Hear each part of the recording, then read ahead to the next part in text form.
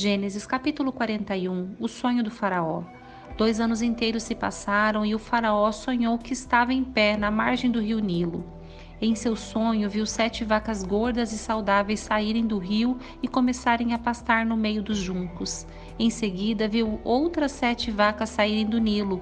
Eram feias e magras e pararam junto das vacas gordas à beira do rio. Então as vacas feias e magras comeram as 7 vacas gordas e saudáveis. Nessa parte do sonho, o faraó acordou. Depois voltou a dormir e teve outro sonho. Dessa vez viu 7 espigas de trigo, cheias e boas, que cresciam em um só talo. Em seguida apareceram mais 7 espigas, mas elas eram murchas e ressequidas pelo vento do leste. Então as espigas miúdas engoliram as 7 espigas cheias e bem formadas. O faraó acordou novamente e percebeu que era um sonho. Na manhã seguinte, perturbado com os sonhos, o faraó chamou todos os magos e os sábios do Egito. Contou-lhes os sonhos, mas ninguém conseguiu interpretá-los. Por fim, o chefe dos copeiros se pronunciou. Hoje eu me lembrei do meu erro, disse ao faraó. Algum tempo atrás, o Senhor se irou com o chefe dos padeiros e comigo, e mandou prender-nos no palácio do capitão da guarda. Certa noite, o chefe dos padeiros e eu tivemos cada um sonho, e cada sonho tinha o seu significado. Estava conosco na prisão um rapaz hebreu que era escravo do capitão da guarda. Contamos a ele nossos sonhos, e ele explicou o que cada um significava. E tudo aconteceu exatamente como ele havia previsto. Fui restaurado ao meu cargo de chefe dos copeiros, e o chefe dos padeiros foi enforcado em público. Na mesma hora, o faraó mandou chamar José e ele foi trazido depressa da prisão. Depois de barbear-se e trocar de roupa, apresentou-se ao faraó.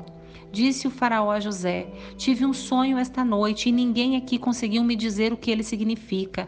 Soube, porém, que ao ouvir um sonho você é capaz de interpretá-lo. José respondeu: essa capacidade não está em minhas mãos, mas Deus pode revelar o significado ao faraó e acalmá-lo. Então o faraó contou o sonho a José. Em meu sonho, eu estava em pé na margem do rio Nilo e vi 7 vacas gordas e saudáveis saírem do rio e começarem a pastar no meio dos juncos.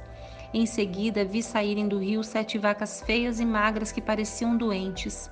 Nunca vi animais tão horríveis em toda a terra do Egito. Essas vacas feias e magras comeram as 7 vacas gordas. Contudo, não parecia que haviam acabado de comer as outras vacas, pois continuavam tão magras e feias quanto antes. Então acordei. Em meu sonho também vi 7 espigas de trigo, cheias e boas, que cresciam em um só talo. Em seguida apareceram outras 7 espigas, mas elas eram murchas, miúdas e ressequidas pelo vento do leste. As espigas miúdas engoliram as 7 espigas saudáveis. Contei os sonhos aos magos, mas ninguém foi capaz de dizer o que significam. José respondeu: os 2 sonhos do faraó significam a mesma coisa. Deus está dizendo ao faraó de antemão o que vai acontecer. As 7 vacas saudáveis e as 7 espigas de trigo cheias representam 7 anos de prosperidade. As 7 vacas feias e magras e as 7 espigas miúdas e ressequidas pelo vento do leste representam 7 anos de fome. Acontecerá exatamente como eu descrevi, pois Deus revelou ao faraó de antemão o que ele vai fazer. Os próximos 7 anos serão um período de grande prosperidade em toda a terra do Egito. Depois haverá 7 anos de fome tão grande que toda essa prosperidade será esquecida no Egito, pois a fome destruirá a terra. A escassez de alimentos será tão terrível que apagará até a lembrança dos anos de fartura. Quanto ao fato de terem sido 2 sonhos parecidos, significa que esses acontecimentos foram decretados por Deus e ele os fará ocorrer em breve. Portanto, o faraó deve encontrar um homem inteligente e sábio e encarregá-lo de administrar o Egito. O faraó também deve nomear supervisores sobre a terra para que recolham 1/5 de todas as colheitas durante os 7 anos de fartura. Encarregue-os de juntar todo o alimento produzido nos anos bons que virão e levá-lo para os armazéns do faraó. Mande-os estocar e guardar os cereais, para que haja mantimento nas cidades. Desse modo, quando os 7 anos de fome vierem sobre a terra do Egito, haverá comida suficiente. Assim, a fome não destruirá a terra. O faraó coloca José no poder. O faraó e seus oficiais gostaram das sugestões de José. Por isso, o faraó perguntou aos oficiais: será que encontraremos alguém como este homem? Sem dúvida, há nele o Espírito de Deus. Então o faraó disse a José: uma vez que Deus lhe revelou o significado dos sonhos, é evidente que não há ninguém tão inteligente ou sábio quanto você. Ficará encarregado de minha corte e todo o meu povo obedecerá às suas ordens. Apenas eu, que ocupo o trono, terei uma posição superior à sua. O faraó acrescentou: eu o coloco oficialmente no comando de toda a terra do Egito. Então o faraó tirou do dedo seu anel com o selo real e o pôs no dedo de José. Mandou vesti-lo com roupas de linho fino e pôs uma corrente de ouro em seu pescoço.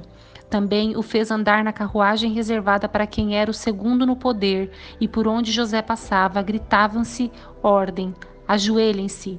Assim, o faraó colocou José no comando de todo o Egito e lhe disse: eu sou o faraó, mas ninguém levantará a mão ou o pé em toda a terra do Egito sem a sua permissão. O faraó deu a José um nome egípcio, Zafenate-Paneia. Também lhe deu uma mulher que se chamava Azenate. Ela era filha de Potífera, sacerdote de On. Assim, José recebeu autoridade sobre todo o Egito.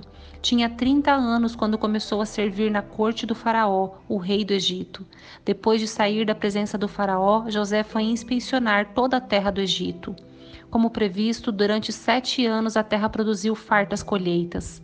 Ao longo desse tempo, José juntou todas as colheitas do Egito e armazenou nas cidades os cereais produzidos nos campos ao redor.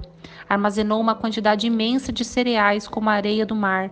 Por fim, parou de manter registros, pois havia demais para medir. Durante este tempo, antes do primeiro ano de fome, José e sua mulher, Azenate, filha de Potífera, sacerdote de On, tiveram 2 filhos. José chamou o filho mais velho de Manassés, pois disse: Deus me fez esquecer todas as minhas dificuldades e toda a família de meu pai. José chamou o segundo filho de Efraim, pois disse: Deus me fez prosperar na terra da minha aflição.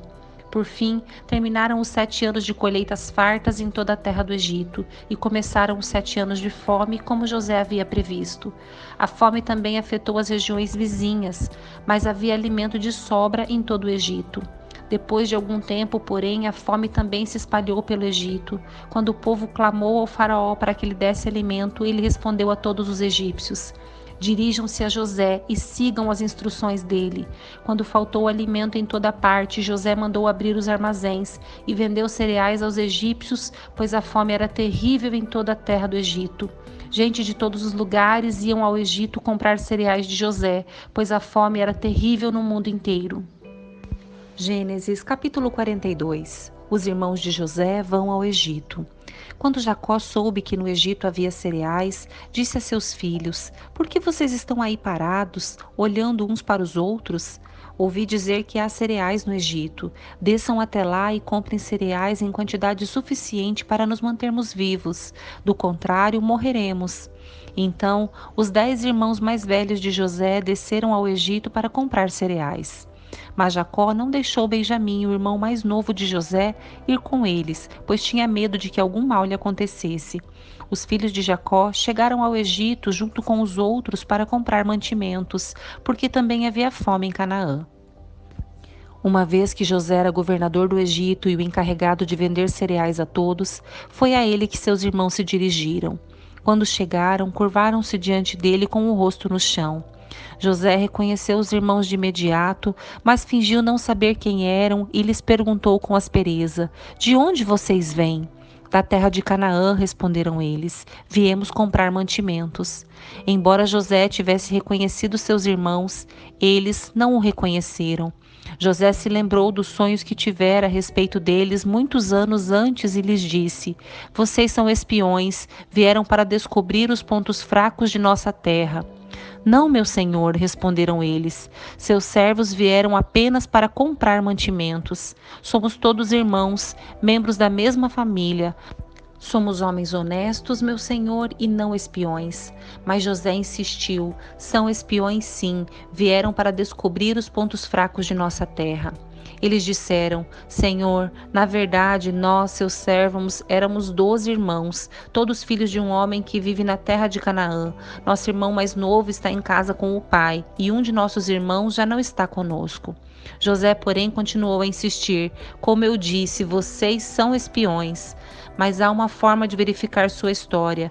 Juro pela vida do faraó que vocês só deixarão o Egito quando seu irmão mais novo vier para cá. Um de vocês deve buscá-lo, os outros ficarão presos aqui. Então veremos se sua história é verdadeira ou não. Pela vida do faraó, se não tiverem o irmão mais novo, saberei com certeza que são espiões. Então José os colocou na prisão por 3 dias. No terceiro dia, José lhes disse: Sou um homem temente a Deus. Façam o que direi e viverão. Se são mesmo homens honestos, escolham um de seus irmãos para continuar preso. Os demais podem voltar para casa com cereais para seus parentes que estão passando fome. Tragam-me, porém, seu irmão mais novo. Com isso, provarão que estão dizendo a verdade e não morrerão. Eles concordaram e, conversando entre si, disseram: É evidente que estamos sendo castigados por aquilo que fizemos a José tanto tempo atrás. Vimos sua angústia quando ele implorou por sua vida, mas nós o ignoramos, por isso estamos nesta situação difícil. Rubem disse: Não lhes falei que não pecassem contra o rapaz, mas vocês não quiseram me ouvir. Agora temos de prestar contas pelo sangue dele. Não sabiam, porém, que José os entendia, pois falava com eles por meio de um intérprete. José se afastou dos irmãos e começou a chorar. Quando se recompôs, voltou a falar com eles. Escolheu Simeão e mandou amarrá-lo diante dos demais. Em seguida, José ordenou que seus servos enchessem de cereais os sacos que os irmãos haviam trazido e, em segredo, devolvessem o pagamento, colocando dinheiro na boca de cada saco. Também mandou que lhes dessem mantimentos para a viagem, e assim fizeram. Os irmãos colocaram os sacos de cereal sobre seus jumentos e partiram de volta para casa. Contudo, quando um deles abriu a bagagem a fim de pegar cereal para seu jumento, encontrou o dinheiro na boca do saco. Vejam só, exclamou para seus irmãos, devolveram meu dinheiro, está aqui no saco. O coração deles desfaleceu e, tremendo, disseram uns aos outros: O que Deus fez conosco? Quando os irmãos chegaram à casa de Jacó, seu pai, na terra de Canaã, relataram-lhe tudo o que havia acontecido com eles. Disseram: O homem que governa o país falou conosco asperamente e nos acusou de sermos espiões em sua terra. Mas nós lhe garantimos, somos homens honestos e não espiões. Somos 12 irmãos, filhos do mesmo pai. Um de nossos irmãos já não está conosco e o mais novo está em casa com nosso pai, na terra de Canaã. Então o homem que governa o país disse: Saberei com certeza se vocês são homens honestos da seguinte forma: deixem um de seus irmãos comigo e voltem para casa levando cereais para seus parentes que estão passando fome. Tragam-me, porém, o seu irmão mais novo e saberei que vocês são homens honestos e não espiões. Então eu lhes devolverei seu irmão e vocês poderão negociar livremente nesta terra. Ao esvaziarem os sacos, viram que dentro de cada um havia uma bolsa com o dinheiro do pagamento pelos cereais. Os irmãos e o pai ficaram apavorados quando viram as bolsas cheias de dinheiro. Jacó disse: Vocês estão tirando meus filhos de mim. José se foi, Simeão não está aqui e agora querem levar Benjamim também. Tudo está contra mim. Então Rubem disse ao pai: Se eu não trouxer Benjamim de volta, o Senhor pode matar meus 2 filhos. Eu me responsabilizo por ele e prometo trazê-lo de volta. Jacó, porém, respondeu: Meu filho não descerá com vocês. Seu irmão José morreu e Benjamim é tudo que me resta. Se alguma coisa acontecesse com ele na viagem, vocês me mandariam velho e infeliz para a sepultura.